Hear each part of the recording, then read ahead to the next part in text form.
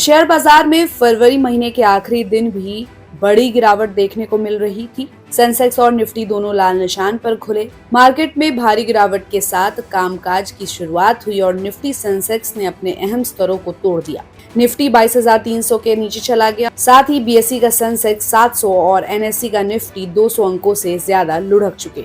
अब इन सब के बीच ब्रोकरेज हाउस जेफरीज की एक रिपोर्ट सामने आई है जिसने भारतीय इन्वेस्टर्स को सोच में डाल दिया है। भारतीय बाजार में आई गिरावट को लेकर भी कई कारण बताए गए।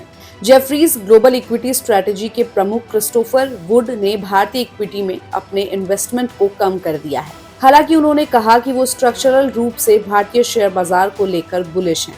क्रिस ने गुरुवार 27 फरवरी को एक समिट में कहा कि भारतीय शेयर बाजार पहले अपने चरम पर था और अभी अच्छे फेज में नहीं है, लेकिन मैं देख रहा हूं कि भारतीय बाजार अब पहले ही करेक्ट हो चुके हैं। भारतीय शेयर बाजार पिछले कुछ समय से गिरावट का सामना कर रहा है और इनमें गिरावट का सिलसिला अभी भी जारी है। भले ही गिरावट की गति में अब कुछ कमी आई हो, लेकिन ओवरऑल सेंटिमेंट अभी भी कमजोर बने हुए हैं।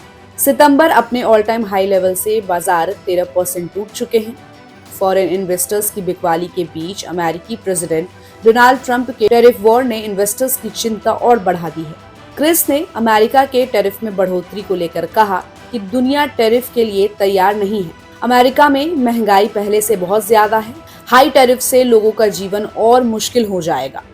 ट्रंप प्रशासन अमेरिकी फेड से ध्यान हटाने की कोशिश कर रहा है। क्रिस्टोफर वुड ने कहा कि भारतीय बाजारों के लिए बदलाव जल्द ही आएंगे। भारतीय शेयर बाजार पर नजर डालें तो आपको आज ही इन्वेस्टमेंट शुरू कर देना चाहिए। मैंने भारत पर अपना निवेश कम कर दिया है, लेकिन अभी भी भारत पर ओवरवेट हूँ।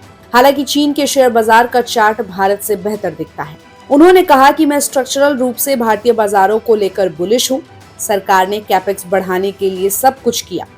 सरकार द्वारा कैपेक्स में भारी बढ़ोतरी उत्साहजनक रही है। क्रिस वुड ने भारतीय शेयर बाजारों के लिए सबसे बड़े रिस्क को लेकर कहा कि वैल्यूएशन डोमेस्टिक मार्केट के लिए सबसे बड़ा रिस्क है, खासकर स्मॉल कैप और मिड कैप स्टॉक्स का वैल्यूएशन। उन्होंने ये भी कहा कि चीन के डीप सीक ने फॉरेन इन्वेस्टर्स यानी एफआईआई बिकवाली की दूसरी लहर शुरू कर दी है। इस बात ने मुझे हैरान कर दिया है कि वो फॉरेन इन्वेस्टमेंट इतने बड़े पैमाने पर बिकवाली क्यों कर रहे हैं। तो इस पूरी रिपोर्ट पर आपकी क्या राय है, हमें अपनी राय कमेंट बॉक्स में दें और ऐसे ही अपडेट्स के लिए देखते रहिए गुड रिटर्न्स। हमारे चैनल को लाइक और सब्सक्राइब करना बिल्कुल भी मत भूलिएगा।